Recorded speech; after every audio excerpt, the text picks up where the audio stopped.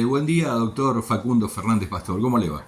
Muy bien, ¿y vos? Bien, bien. Bueno, imaginará que nuestra intención es que nos dé una opinión respecto de lo que se aprobó en la Cámara de Diputados, que refiere a la fórmula de recomposición o actualización de los saberes jubilatorios, y nos gustaría que nos cuente qué le parece eh, el resultado de esta denominada media sanción, ¿no? ¿Qué significa para jubilados y pensionados? Bueno, en principio lo que hay que analizar es que es una buena noticia. En política uno tiene que ver que a veces no se puede lograr lo mejor. Entonces lo que hay que analizar es que no es la mejor fórmula de movilidad que se podía aprobar, no es la mejor recomposición, el 8% que le van a dar por enero, pero que fue lo posible. Fue lo que pudo acordar un grupo mayoritario de legisladores. Lo que me parece que queda claramente en evidencia es quiénes de los partidos políticos que integran la Cámara de Diputados votaron a favor de recomponer el salario de los más vulnerados y quienes votaron en contra y de defender los privilegios de los grupos concentrados en la economía. Bien, si nos atenemos a los parámetros que establece, digamos, eh, esta nueva fórmula, eh, ¿qué ve de plausible o de mejorar? Le pregunto esto porque, si bien en política es lo posible, da como la sensación de que, acorde a lo que han venido perdiendo los jubilados, tal vez habría que haber hecho tabla rasa, recomponer por lo menos hasta el límite de la pobreza y de ahí en más que la fórmula haga su trabajo. Sin embargo, esto no fue así y estos términos porcentuales da como la sensación de que, bueno, que es el reparto de achuras de los frigoríficos, ¿no? De los perros de los frigoríficos. Bueno, en principio me parece que lo más positivo que tiene el proyecto que tuvo media sanción es que eleva el haber mínimo garantizado, que es una modificación a la ley 24241 que incluyó la ley 26222, a la canasta básica del adulto, que no es la canasta básica del adulto mayor, de la que mucho se habla, sino la que mide el INDEC, Uh-huh. para no generar confusión en lo que se reclama muchas veces en los medios de comunicación, sino que es una canasta básica que está hoy en los 265.000 pesos, pero ya es un incremento importante en lo que es el haber mínimo, porque eso no incluye bono.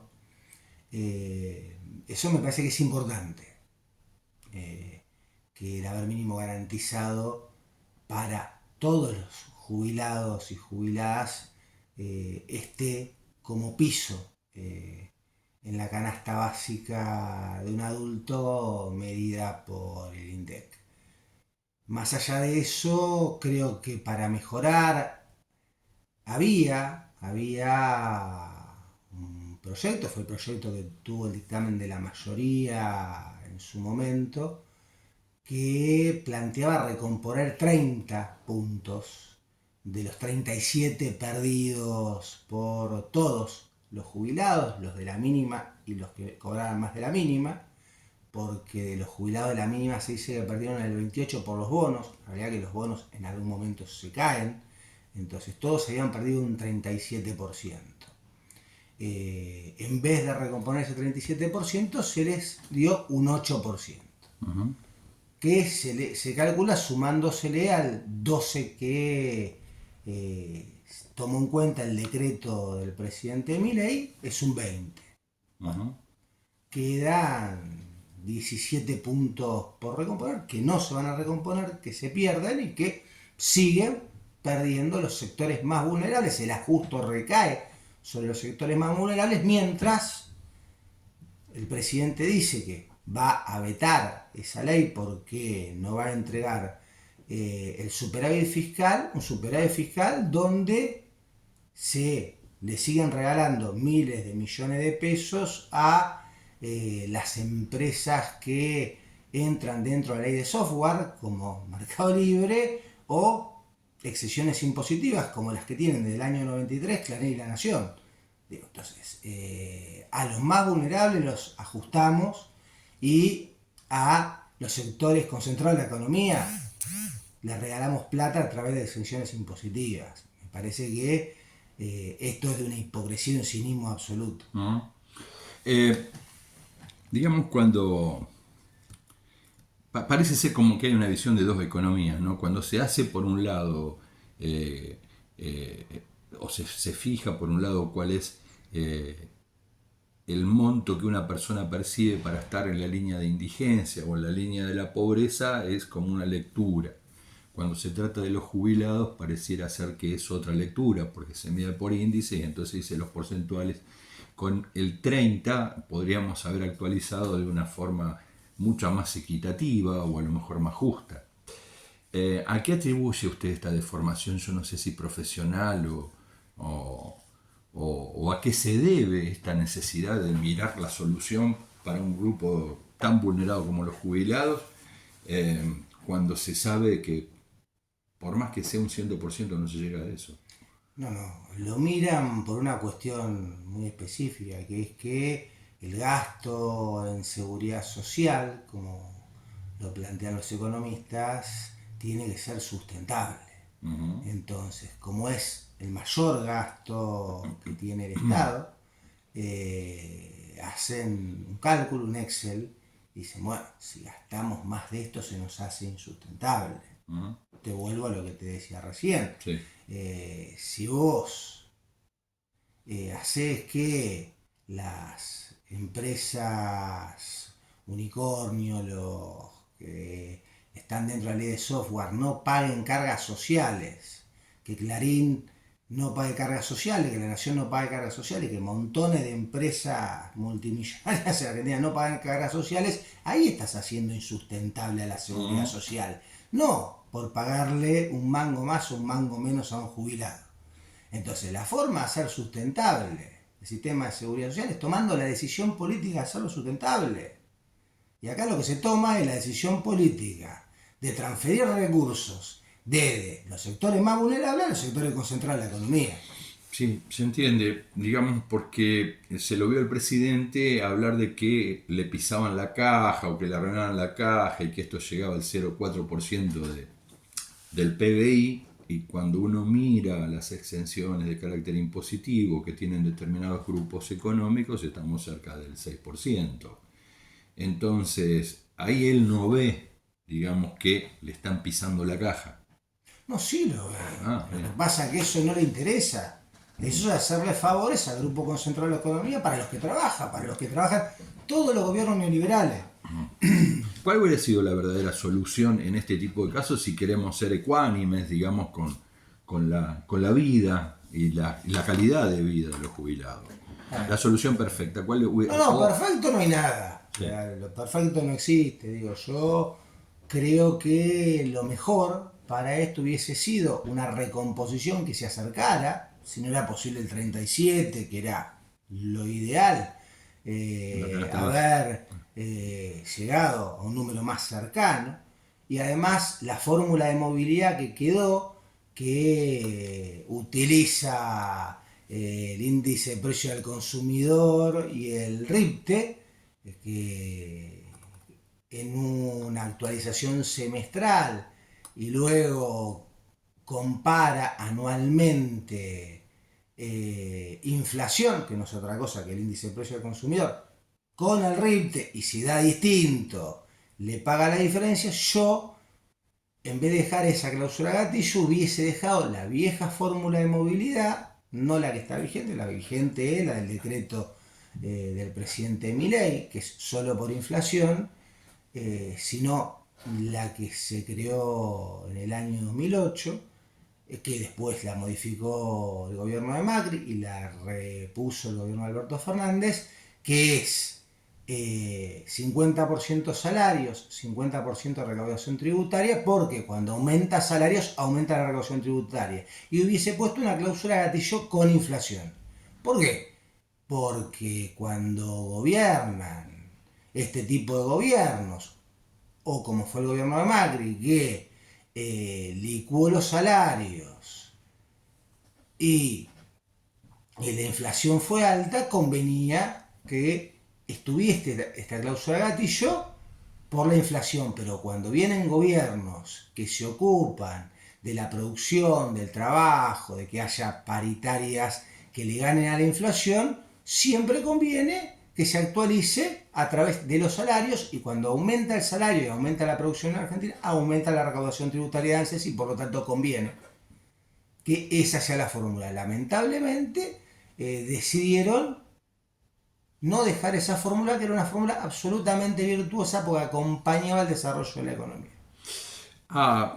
Se intentó actualizar digamos, mirando lo que fueron las fechas de donde se produce un corrimiento, aparentemente, donde hay como una suerte de impasse en el cual no hubo una consideración respecto a los jubilados, que estaba hablando en el mes de enero, febrero, entonces se hablaba de porcentual. El Estado hoy tiene un impedimento para poner los saberes mínimos de los jubilados en lo que es la canasta básica para todo el mundo, digamos, porque no hay dos supermercados, no hay dos farmacias, dos tipos de farmacias, tampoco hay consideraciones especiales para jubilado o para alguien que tiene un salario X y otro que gana 3 o 4 veces más ese salario, 5, 10 o 15. ¿Cuál cree usted que debería ser en este caso la consideración que el gobierno debe tener, porque también se le bajó la recaudación por falta de consumo? Entonces, por lo tanto, cualquier gobierno querría tener una buena recaudación. Sin embargo, este gobierno ha decidido que se baja la inflación bajando el consumo. Ha tomado una decisión política de que no se alienta a la economía interna. Pretende un país agroexportador, lo ha dicho montones de veces. Sí. Entonces, está trabajando en que el 70% de las pymes que tenemos en Argentina se fundan. Ahora, ¿existe una posibilidad de que cuando llegue a la Cámara Alta se puedan incorporar este aspecto que usted destaca? Si tienen buena voluntad, digo, tienen voluntad política de considerar la cláusula gatillo. Yo estimaría que no, porque lo que se aprobó fue un dictamen que era de minoría. O sea, hubo ahí una negociación para que el dictamen que más votos tenía en la Comisión de Previsión y Seguridad Social se bajara, sí, a los fines de llegar a un acuerdo político. Uh-huh. Y que sectores que son dialoguistas con el gobierno no quedaran ligados a otro sector que no quieren quedar ligados políticamente, acompañando ese dictamen, sino que ese otro sector político acompañara su proyecto. Bien, ahora a futuro, ¿qué, no digo qué país imagina, porque es una situación bastante difícil la que atravesan los sectores, digamos, populares en Argentina? Ateniendo a lo que mucho se vaticina en términos económicos respecto de lo que va a acontecer, producto de X causales que podrían llegar a desmejorar la situación económica, los jubilados no tienen más que hacerle frente a esta realidad con esta fórmula. Yo creo que el país que se viene es un país que los jubilados han vivido muchas veces. Que la bonanza del los beneficiarios de la seguridad social, la creación de derechos de los beneficiarios de la seguridad, o por decirlo de otra manera, el cumplimiento respecto de aquel derecho humano de la seguridad social que se incorporó en el año 94 con jerarquía constitucional, se vivió entre el año 2003 y 2015. Por lo tanto, lo que tienen que hacer, no solo los jubilados, sino sobre todo los trabajadores activos, es defender las conquistas de los derechos de la seguridad social, porque el día de mañana van a ser trabajadores pasivos. Entonces, si no comprenden que la lucha se da en la militancia política, en la calle, y defendiendo esos derechos, que los trabajadores activos lo saben y mucho, porque así se conquistaron los derechos laborales en Argentina, y reclamándole a sus representantes políticos que defiendan esos derechos. Digo, por dar casos, lo que se está discutiendo en la ley bases. Y dentro de la ley bases hay algo que es muy central respecto a la igualdad entre hombres y mujeres, que es que se pretende derogar el plan de inclusión jubilatoria, que fue un hito en el mundo, porque hasta que salió el primer plan de inclusión jubilatoria en el año 2004, la Argentina no permitía que la jubilación fuese un derecho, sino que la jubilación era un privilegio de los que llegaban a tener 30 años de aporte. Con lo cual, hoy se habla mucho de cuántas mujeres van a poder jubilarse o no, y que solo 1 de cada 10 va a poder jubilarse. Yo creo que también hay que pensar en los hombres, y esto no es para discriminar a las mujeres, que creo que tienen que haber una lucha muy fuerte, porque la desigualdad en la registración laboral es mucho más en la mujer, pero de los hombres solo el 25% va a llegar a los 30 años de aporte. Entonces, esto tiene que ser una lucha mancomunada entre hombres y mujeres, de que lo que es los planes de inclusión jubilatoria, que la gente lo llama la jubilación por moratoria, hay que defenderlo, porque si no, no se van a poder jubilar. Y esto hay que reclamárselo a sus senadores ahora, y cuando vaya a diputados, a su diputado, porque los chicos que nacieron en el 2000 creen que la jubilación es un derecho, pero los que tenemos más años sabemos que quien no completaba los 30 años de aporte no se jubilaba. Entonces, que alguien llegue a los 60 o 65 años de edad y no pueda acceder a un beneficio previsional es dejarlo en una intemperie, porque hoy la PUAM que están ofreciendo, que la creó la ley de reparación histórica, que se hizo para rematar el fondo de garantía, y que por el costado metió la PUAM, le da el 80% del haber mínimo. O sea,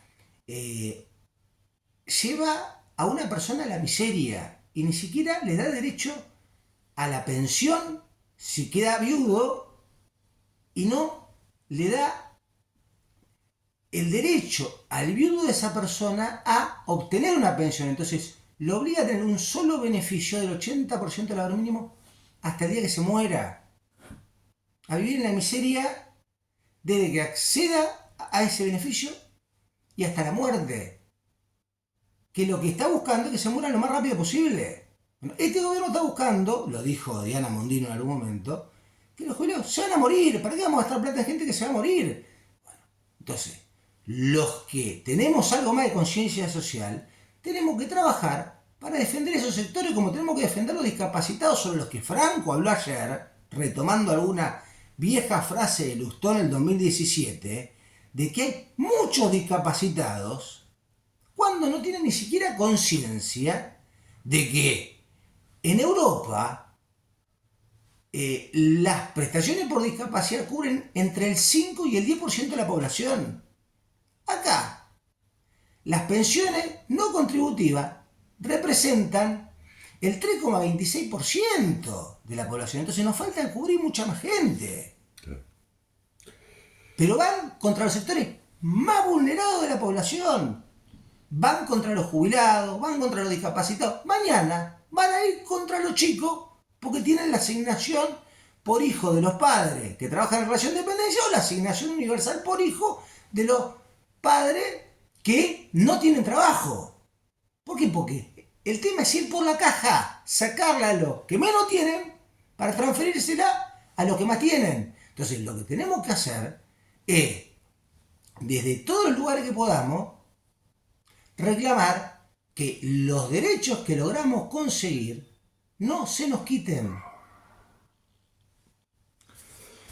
Muchas gracias, doctor Facundo Fernández Pastor. Muchas gracias. No, gracias a vos.